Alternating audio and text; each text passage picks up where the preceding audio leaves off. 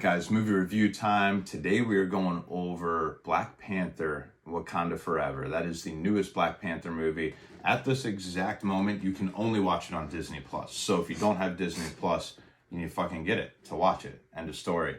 It's only there. You can't buy it on Amazon yet. I don't think it's in any theaters anymore. So you're kind of stuck. That's your only option if you need to go see this movie today, right?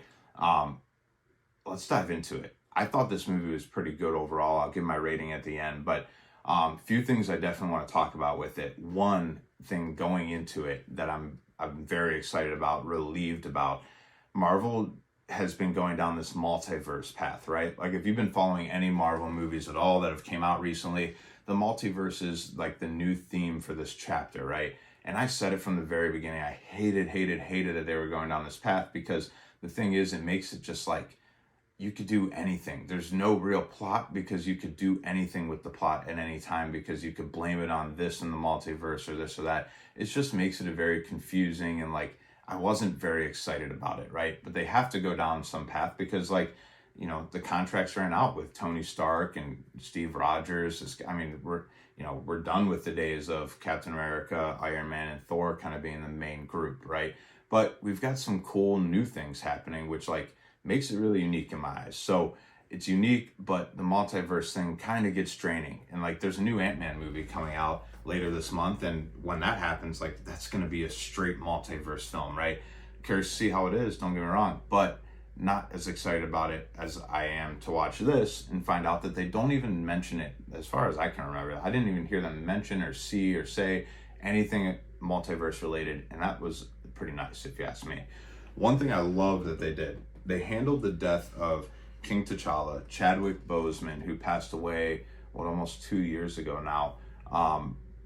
They handled it right, I think. Like, one thing that drives me nuts in movies is when like a main character, and this obviously is something that doesn't happen very often, right? But a main character dies, and then instead of like, you know, addressing that and like maybe going down a different path, a lot of movies will just like plug in, you know, John Cena and call it a fucking day. Like, oh, John Cena's now, Black Panther. We didn't even mention that anything happened to Chadwick Boseman or King T'Challa. Like, this is now King T'Challa. No, there is no other King T'Challa. They freaking did it the right way. Like, the movie starts out with basically King T'Challa, Chadwick Boseman is ill and he dies. You know, they obviously don't show him anything like that. It's just sad for the family. They do the funeral. He's with the ancestors now. Like, I just think they handled it right. They didn't just let it go and keep going. You know, like, no, they killed him off, and I just thought they did it the right way. I really liked it because, like I said, I just feel like most movies in that exact case, they wouldn't do something like that. Like, they would just play it off like it never even happened.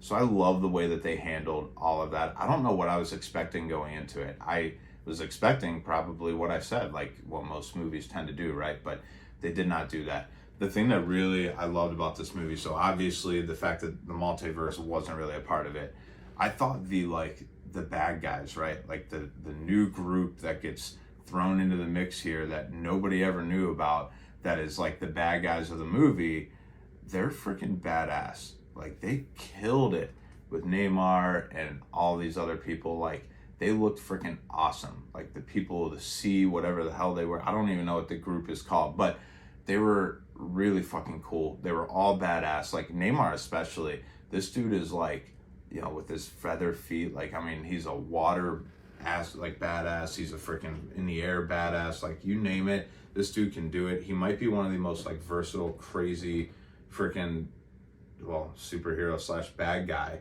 that like we've ever seen in any of these movies. I loved him. I just thought that they killed it with him. Everything action related to this movie was like top of the freaking charts. Like, they introduced the Midnight Angels, and like, you know, what's her name? Okoye, like the badass girl from Black Panther who's always killing people with her spear, right? She was a Midnight Angel. Like, I mean, everything about that was so badass. Like, the action in this movie is top notch. Exactly like you kind of expect out of a Black Panther movie. I freaking really enjoyed it. They introduced Ironheart. That's a new character in the comic books. Really, you know, put in a familiar bracket with Iron Man and tied to Iron Man a lot and Tony Stark, because she recreates the Iron Man suit. But I love how they brought her in. Now we've got a new superhero.